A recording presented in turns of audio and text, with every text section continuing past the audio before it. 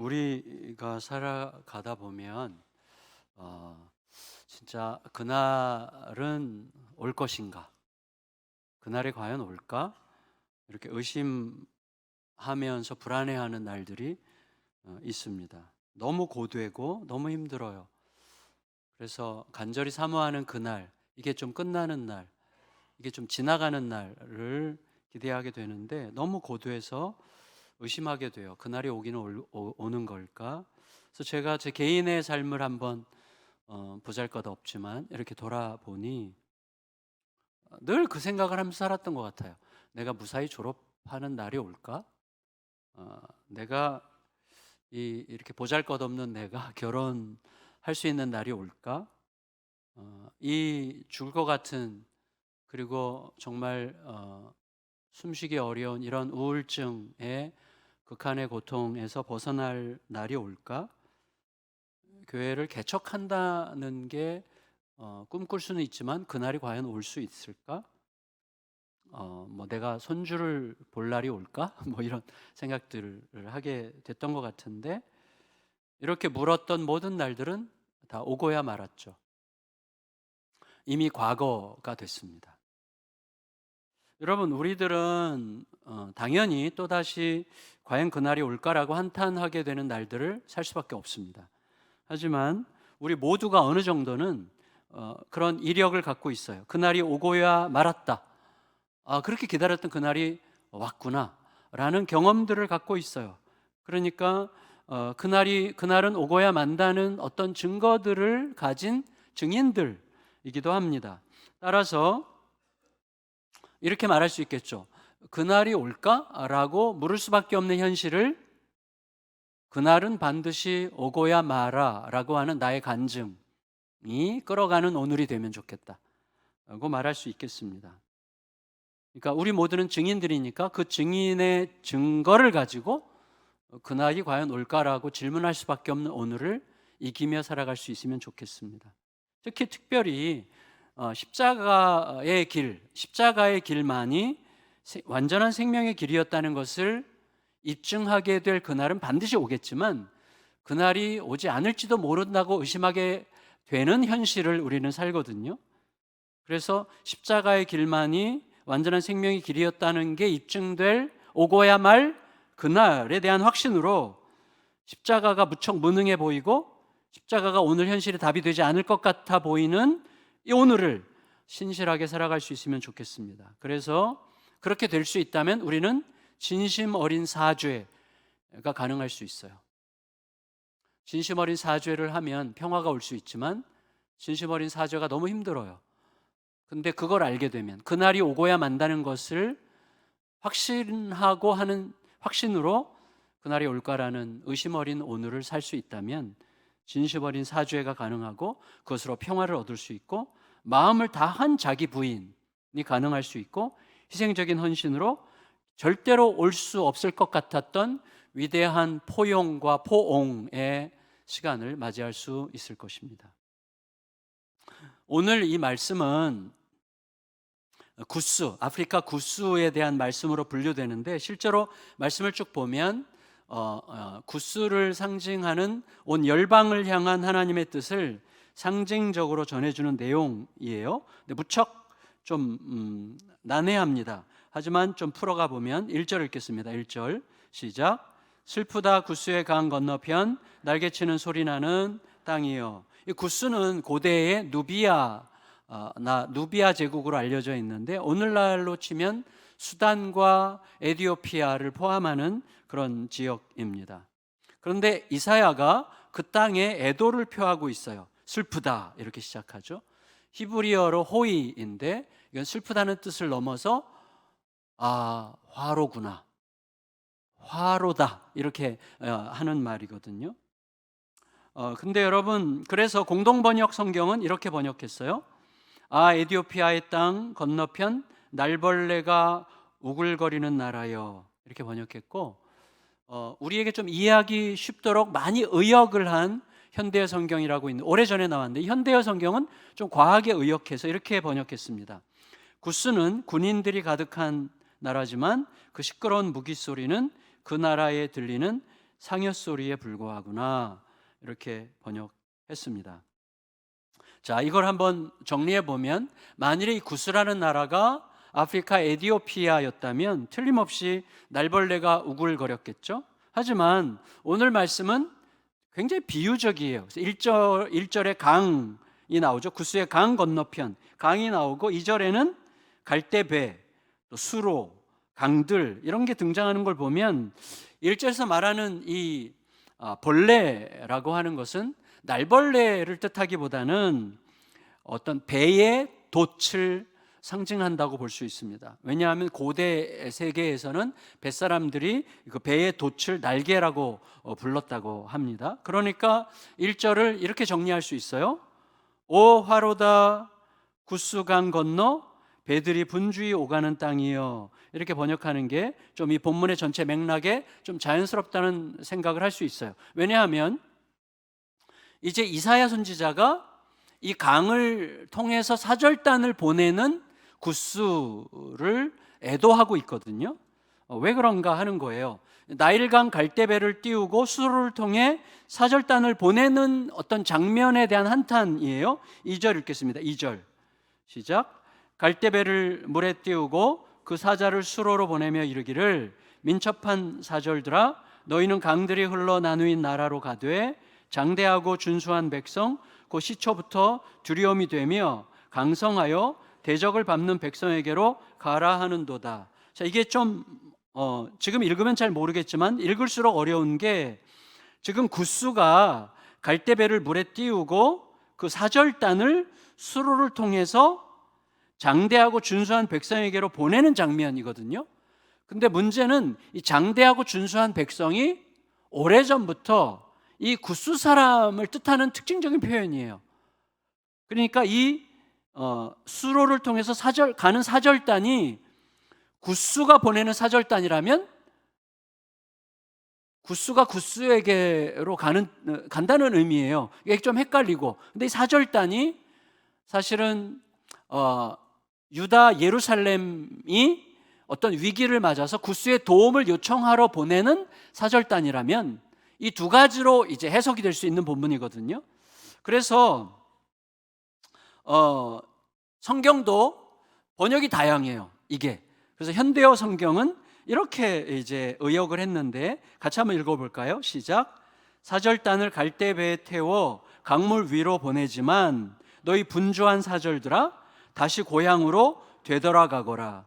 키가 크고 피부가 번들거리는 내 백성에게로 되돌아가거라. 그래서 가라는 말을 되돌아가라. 가던 길을 돌이켜 그냥 장대한 너의 백성에게로 돌아가라. 이렇게 이제 번역을 했어요. 반면에 우리말 성경이라고 있어요. 최근에 여러 교회가 많이 이거로 바꾸고 있는데 우리말 성경은 이렇게 번역합니다. 같이 읽을까요? 시작.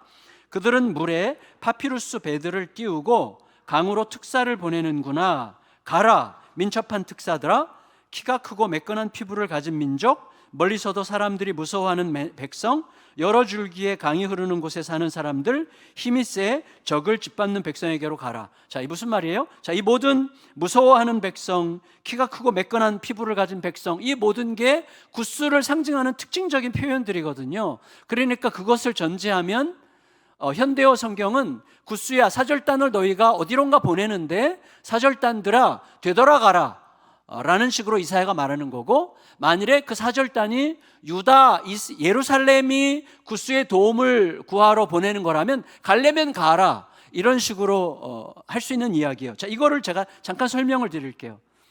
지금 벌써 약간 헷갈리시나요? 네, 금방 할 수 없어요. 근데 자, 학자들이 이 배경을 고려하는 역사적 배경이 있어요. 이게 무슨 말이냐면 구스가 BC 715년경부터 세력이 갑자기 강해졌어요. 그래서 그때부터 6, 70년간 이집트를 정복해요. 이집트를 지배해요. 근데 구스가 점점 커지니까 그때 팔레스타인, 북쪽 팔레스타인 지역 위쪽부터 아수르잖아요. 이라크의 선조 아수르가 점점 이제 남하 정책을 펼쳐요.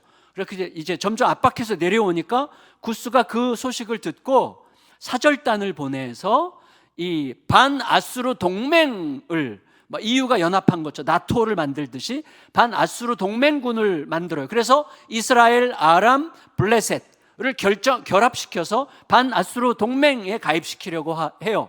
그리고 유다, 예루살렘에도 사절단을 보내서 반아수르 동맹에 가입해라 라고 설득을 해요. 근데 그때 왕이 히스기야였어요. 근데 히스기야의 아버지는 반아수르 동맹에 가입하지 않고 친아수르 정책을 펼쳤죠. 아수르가 워낙 강하니까 이때는 아수르 편드는 게 사는 길이야 라고 생각했지만, 히스기야는 그게 신앙적으로도 옳지 않고 뭔가 안 맞는 것 같아서 반아수르 동맹에 동의한 것 같아요. 히스기야가 그 어간이란 말이죠. 그러니까 둘 다 가능한 거죠. 구스가 사절단을 보내는 것도 가능하고 유다, 예루살렘이 자기 사절단을 구스로 보내는 것도 가능한 해석이기 때문에 그런 식으로 헷갈리는 해석이 나오는 거예요. 그렇다면 이렇게 설명하는 거죠. 만일에 이 이사야 선지자가 구스 사절단에게 반아수르 동맹 맺으려고 가던 길을 돌이켜 그냥 니네 나라로 다시 돌아가라 라고 말하는 거라면 그건 이런 뜻이죠. 야, 의미 없는 일 그만둬, 이런 뜻이죠. 무슨 말이냐면, 야, 지금 세상을 지금 아수르가 짓밟고 있는데 그 아수르에 대항해서 너희 나가려는, 너희도 애굽을 짓밟고 지금 너희도 제국을 지금 탐하는 거잖아. 거기서 거기 아니야? 이렇게 말하는 거죠.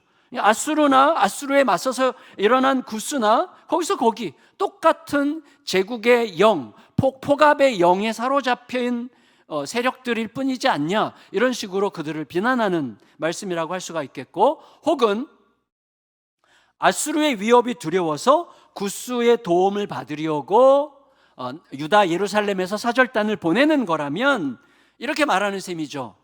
얘들아, 그게 과연 진짜 도움이 될 리는 만무하겠다마는 정 갈 테면 가봐라, 별로 도움 안 될 거야 라고 약간 시니컬하게 이야기하는 내용.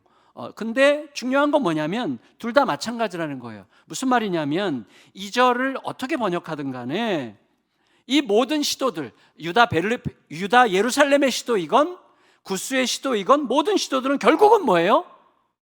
칼과 창으로 구원을 이루려는, 칼과 창에 기대어 안전을 꾀하려는 헛된 몸짓에 불과하다는 뜻이에요.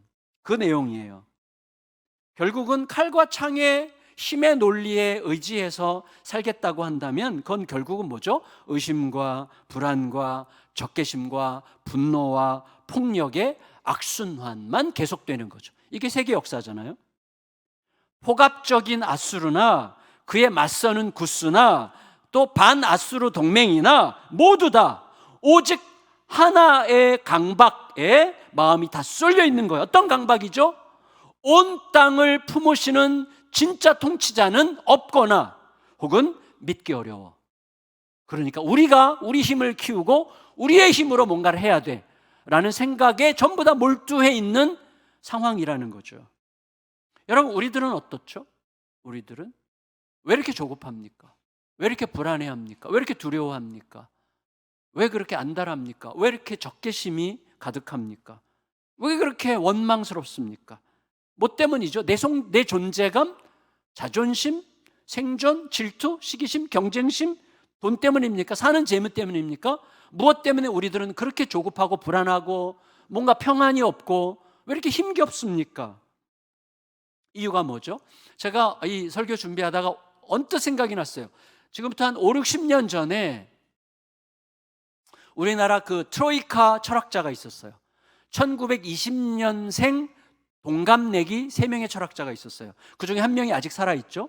김형석 교수가 살아있는데 그 나머지 두 친구는 안병욱 교수죠. 숭실대 철학과 교수였고, 한 분은 김태길 교수라고 서울대 철학과 교수였죠. 근데 세 분이 이제 친구였는데, 저는 세 분의 글이 그때 참 많이 유행했어요. 저 20대 때 많이 읽었던 기억이 나는데 그 중에 어떤 분이 썼는지 가물가물해요. 근데 그분 중에 한 분이 쓴 내용이긴 한데 별건 아니에요. 이런 거예요. 아주 평범한 건데, 어떤 청년이 수필이에요. 수필. 어떤 청년이 막 부지런히 막 길을 달려가요. 그때 청년에게 묻는 거예요. 뭐 때문에 그렇게 바빠? 뭐 바쁜 이유가 다 있잖아요. 뭐 이거 하려고 바쁘고 뭐 이것 때문에 지금 너무 막 바빠요. 그러면 이제 계속 묻는 거. 그 다음에는 뭐 할 건데? 그 다음에는 뭐 할 건데? 그렇게 해서 너 좋은 직장 간 다음에는 뭐 할 건데? 뭐 할 건데? 뭐 할 건데? 그 다음에는 그러면 결국 어디로 가요? 죽음으로 가는 거죠. 그리고 이제 좀 유치하긴 하지만 그래서 결국 그때에는 굉장히 이게 와닿았어요. 너 그럼 죽으려고 이렇게 열심히 사는 거니? 너 안에 빛나는 무엇 없어? 너 안에 빛나는 무엇?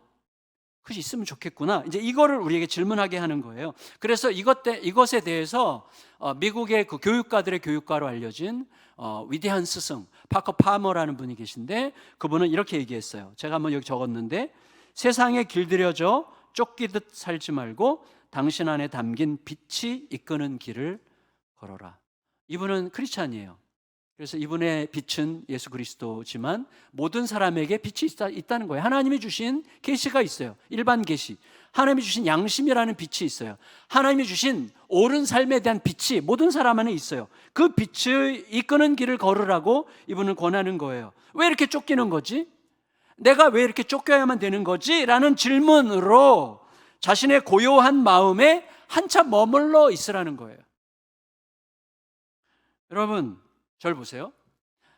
자신의 고요한 내가 왜 이렇게 쫓겨야 되지? 라고 생각하면서 내 안에 있는 빛을 바라보며 그 안에 고요한 마음에 한참 머물러 있으라는 저의 말이 지나치게 낭만적으로 들리거나 비현실적으로 들리거나 그냥 대수롭지 않게 들리거나 그럴 시간이 어딨어라고 들리면 여러분 긴장하시기 바랍니다.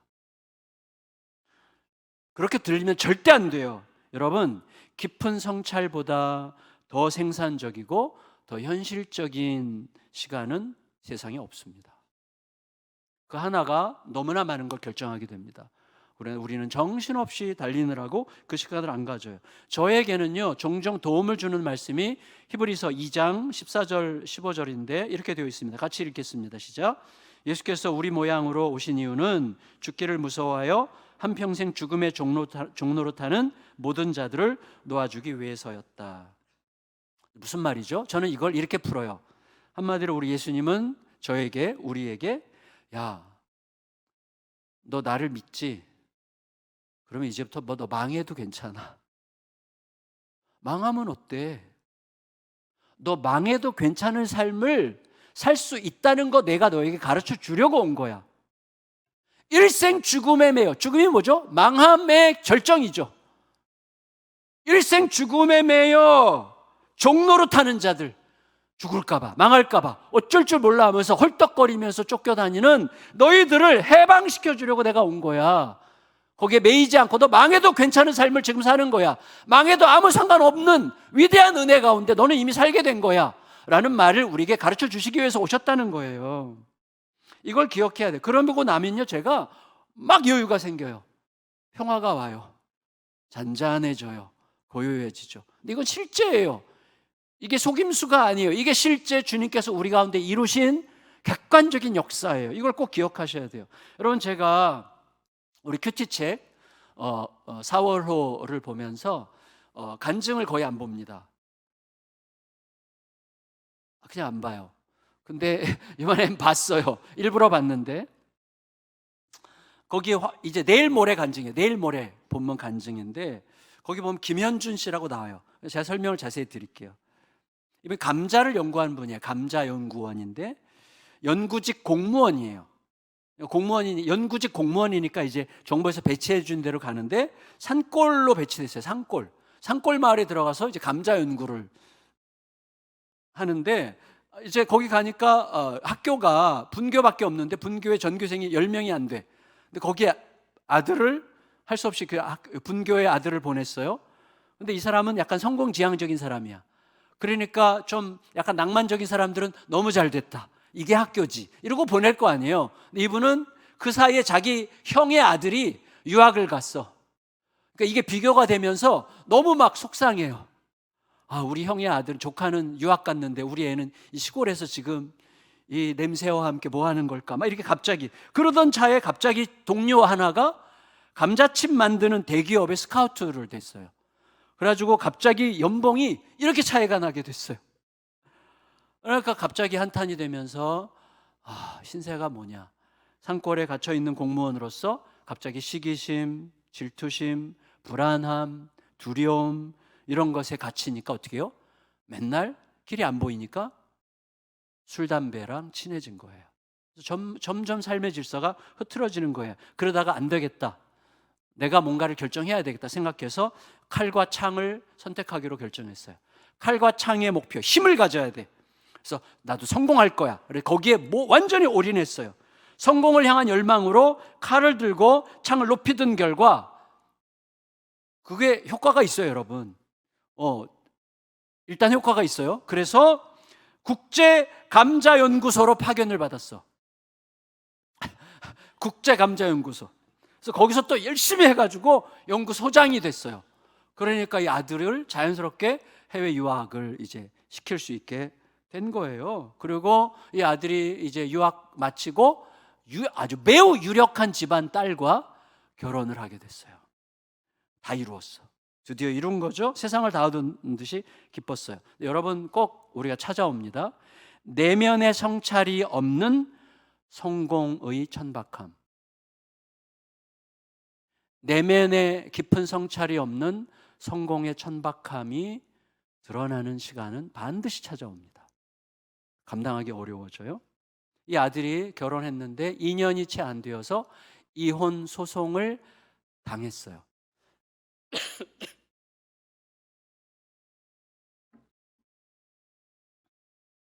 이혼 소송을 당했다는 것은 아들 잘못인 거죠. 아들 잘못이라면 그건 거의 틀림없이 아들과 더불어 십자가의 길을 성찰할 틈을 제대로 가진 적이 없다는 뜻이죠. 여러분, 이 간증이 저한테 참 고맙게 느껴졌어요. 우리가 다 그 삶 가운데 끼어 있습니다. 지금 그 삶 가운데 끼어 있어요. 이에 이사야 선지자가 열방들을 호출하면서 온 땅의 통치자이신, 창조자이자 통치자이신 하나님은 세상을 어떻게 다스리시는지를 선포합니다. 선포하는 것을 3절에서 6절인데 그것을 현대어 성경으로 함께 읽어보겠습니다. 같이 읽습니다. 시작. 여호와의 말씀이다. 내가 하늘 창가에서 내려다보며 조용히 기다리리라. 한낮 떼약볕처럼 무더운 여름날 안개구름처럼 조용히 기다리리라. 그러나 포도꽃에 포도송이가 달리면 열매 맺지 않는 가지마다 잘라 내버릴 것이다. 이제 곧 아수르와 구스가 그렇게 될 것이다. 그들의 시체가 공중의 새와 들짐승의 밥이 될 것이다. 여름엔 독수리들이, 겨울엔 들짐승들이 그 시체를 먹고 살 것이다. 자, 지금 이 본문 여러분 자세히 읽지 않으셨기 때문에 뽑아내기 쉽지 않게 금방 뽑아낼 수 있는데, 뭐냐면 하나님의 통치 방식 여기서 나오는데, 첫째는 고요함과 감추어짐입니다. 하나님은 고요히, 패권주의자들은 너무나 시끄럽게 피가 튀게 하고 온 세상을 난장판으로 만들지만, 하나님 통치자이신 하나님은 고요함과 감추어짐으로 통치하세요. 안 보이는 것 같아요. 그리고 동시에 단호함과 확실함으로 통치하십니다. 이게 이제 집에 가서 한번 찾아보세요. 정리를 해보세요. 여러분, 하나님은 칼과 창과 포탄 대신에 말씀과 고요한 기다림으로 세상을 통치하십니다. 제국들의 분주하고 시끄러운 협박과 위협과 선전포고와 전쟁보다 하나님의 고요한 응시가 훨씬 더 중하다는 것을 우리에게 알게 하십니다. 시끄러운 세상, 뭔가 되는 것 같은, 뭔가 이루는 것 같은 막 시끄럽고 난리를 치는 시끌벅적한 그런 제국들의 어떤 행동들이 무거운 게 아니라 고요히 응시하시는 하나님의 시선이 훨씬 더 중하고 무겁다는 걸 잊지 말아야 돼요. 그 왕이신, 만왕의 왕이신 하나님의 명령은 이거예요. 모든 권력자들이여, 모든 제국들이여, 너희들은 요행히 권력을 잡게 된 거야. 여러분, 우리 모두는 요행히 권력을 잡는 거예요. 요행히 살게 되는 거예요. 결국 뭐가 맞아, 나도 모르게 내가 선택하지 않은 뭔가 맞아 떨어졌기 때문이에요. 시대를 잘 만났든지 이웃을 잘 만났든지 하여튼 뭘 잘 만났기 때문이에요. 그러니까 요행이 잡게 된 칼, 요행이 잡게 된 창의 권력으로 탐욕적인 폭력과 파괴적인 전쟁을 더 이상 일으키지 말거라. 하나님의 내신 생명의 빛들을 짓밟지 말기를 바란다. 이게 하나님께서 하시는 말씀이에요. 여러분, 미국과 중국, 러시아와 우크라이나, 팔레스타인과 이스라엘 사이에 날아다니는 포탄과 총알이 세상을 바꿀 일은 절대 없을 것입니다. 절대로 그것이 세상을 바꾸지 못하죠. 오히려 세상은 베들레헴의 갓난아기, 조용히 전해지는 생명의 말씀, 십자가의 죽음, 어딘가 남모르는 곳에 뿌려지고 있는 눈꽃만한 겨자씨 같은 믿음이 세상을 바꾸고 있는 중이에요. 그러니 제국들이여 너희들의 분주한 손을 거두고 잠잠하라. 이렇게 말씀하시는 거예요. 여러분, 세상을 바꾸시는 하나님의 손은 우리 눈에 잘 안 보여요. 감추어져 있어요. 너무나 조용해요. 하지만 뭐라고 그랬습니까? 아까 때를 맞춰 가지를 잘라내는 농부처럼 정확한 때에 정확한 시간에 진행되고 있다는 것을 잊지 말라는 것입니다. 우리의 눈으로, 우리의 귀로, 우리의 판단으로 포착되지 않는다고 해서 없는 것처럼 느끼는 방식으로 더 이상 살지 말라고 이야기하시는 것입니다. 여러분, 힘센 나라들이 세계를 들었다 놨다 하는 것 같아요. 우리도 힘이 세면 좋겠지만 힘이 없어요. 그래서 힘센 나라에 의지해서 생존하려고 하든지, 혹은 힘은 센데 너무나 그 철학과 방식이 너무나 우리랑 안 맞아서 도대체 함께 할 수 없을 것 같은 경우에는 그 나라에 대항할 만한 다른 나라를 중심으로 여러 나라들이 연대하죠. EU, 나토 이런 식으로. 그래서 대항할 만한 힘을 키워서 블록을 이렇게 이루잖아요. 이런 국제적인 정치 상황은 고대 때부터 지금 21세까지 하나도 변하지 않았어요. 완전 똑같아요. 그리고 그런 구도로 세상은 제대로 변한 적이 없다는 거죠. 오늘도 세계는 경제력과 군사력으로 돌아갑니다. 점점 더 교묘한 잔인함으로, 더 파괴적인 무기 개발로 이합집산을 끝없이 반복하고 있습니다. 아마 20년 후에는 로봇끼리 전쟁할 거라고 하잖아요. 근데 아주 여러분, 하나님의 시선, 우주적 시선으로 아주 마이크로하게 이 지구에 돌아가는 상황을 보면 우주에서는 이 지구 자체가 샛길도 안 되잖아요. 그러니까 골목대장들의 영역 싸움일 뿐이에요. 아무리 거창해 보이고 아무리 대단해 보여도 골목대장들끼리 그냥 영역 싸움하는 것뿐이죠. 그게 하나님의 시선이죠. 결국 화려하고 세련되게 보이는 기술들을 발전시키는 방식으로 겉으로는 무척 발전하는 듯 보이지만 실제로는 사람다움, 사람의 존재 이유, 내가 여기 존재하는 목적으로부터는 갈수록 점점 더 확연하게 퇴보하고 있는 중이라고 하는 거죠. 그러니까 다시 말하면 성공적인 방식으로 실패하고 있고 발전하는 방식으로 쇠퇴하고 있는, 이게 이 세계 역사죠. 여러분, 지난 금요일 큐티에 시편 34편이었는데 21절에 이런 말이 있었어요. 악이 악인을 죽이고 의인을 미워하는 미움이 미워하는 자를 벌할 것이다. 악인이 품고 있는 그 악이 그 악인을 죽일 것이고, 의인을 미워하는 그 미움이 의인을 미워하는 자를 죽일 거라고 이야기하십니다. 그런데 여러분, 역사를 보면 이런 틈새마다 칼과 창을 의지하는 교회들이 너무 많았지만 그 틈에 주님을 목숨 걸고 십자가를 목숨 걸고 사랑하며 행복하게 따르는 성자들의 흐름도 한 번도 끊긴 적이 없어요. 그들이 남은 자죠. 오늘 말씀은 너희는 어디에 서겠느냐라고 우리에게 묻고 있습니다. 따라서 우리들은 시시각각 결연한 마음으로 권고받고 있는 중이에요. 예수님께서 이미 주신 위대하고 영원한 선물에 따르면 열심히 산 결과 망해도 괜찮아. 정직하게 산 결과 감옥 가도 괜찮아.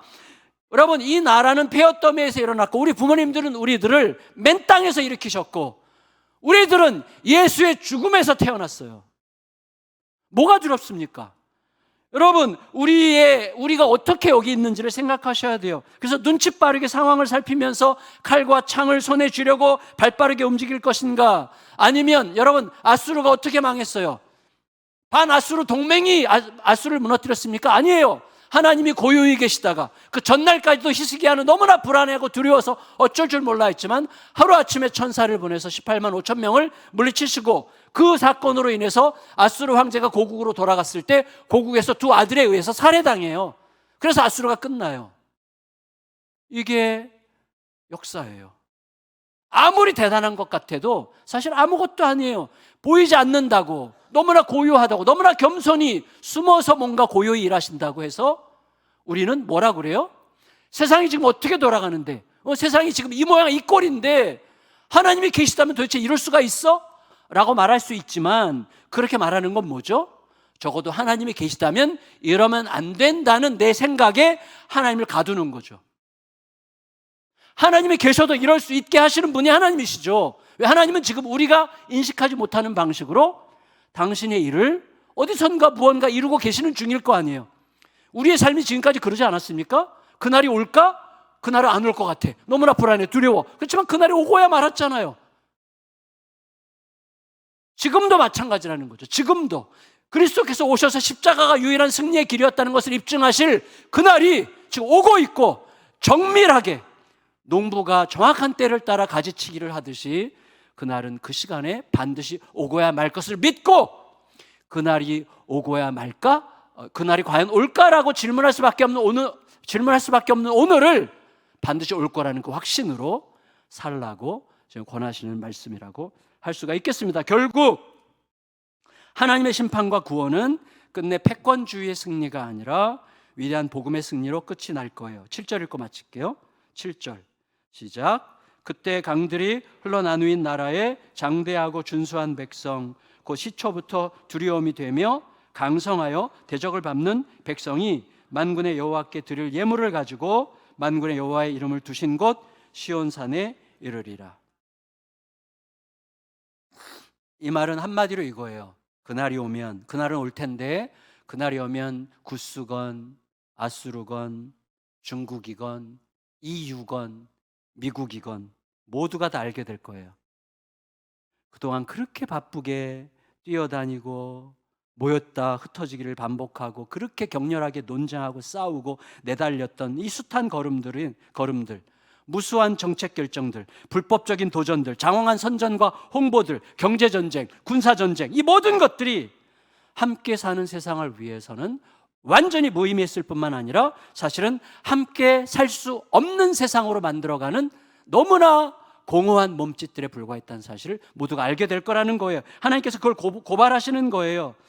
나와 너와 세상을 살릴 유일한 길이 애초부터 세상의 창조자의 통치자셨던 하나님께 있었다는 사실을 인정하고, 모든 게 하나님 거였다는 사실을 인정하고 고백하는 표시로 예물을 들고 하나님의 약속의 땅 예루살렘으로 와서 예배를 드리게 돼요. 예루살렘은 상징이죠. 예배의 자리로 와서 하나님을 인정하는 공동체의 품으로 달려가게 될 것이다, 이렇게 말씀하시는 것입니다. 그게 궁극적인 하나님의 그림이고, 그 날은 반드시 오고야 말 것이고 지금도 오고 있는 중이라고 말씀하고 계시는 것입니다. 그리고 그것을 느끼게 하기 위해서 구약의 한 예로서 구스 여왕이 솔로몬을 찾아오고, 신약의 예로서 구스의 국고를 맡은 재무장관 내시가 빌립 집사님을 통해서 복음을 듣고 세례를 받고 예수를 믿고 구스로 선교사로 돌아가는 사건으로 우리에게 뭔가를 알려주고 있는 중이고 힌트를 주고 있는 중이죠.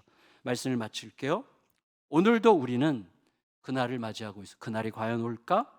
그날은 과연 올 건가? 라는 질문을 할 수밖에 없는 삶을 우리는 오늘도 살고 있습니다. 그러나 부디 그날이 반드시 올 거라는 걸 우리가 알아들을 수 있는 방식으로 증명해 주시는 하나님의 은혜가 날마다 우리를 감싸 새 길 걷게 하시기를 예수님의 이름으로 축원합니다. 우리 같이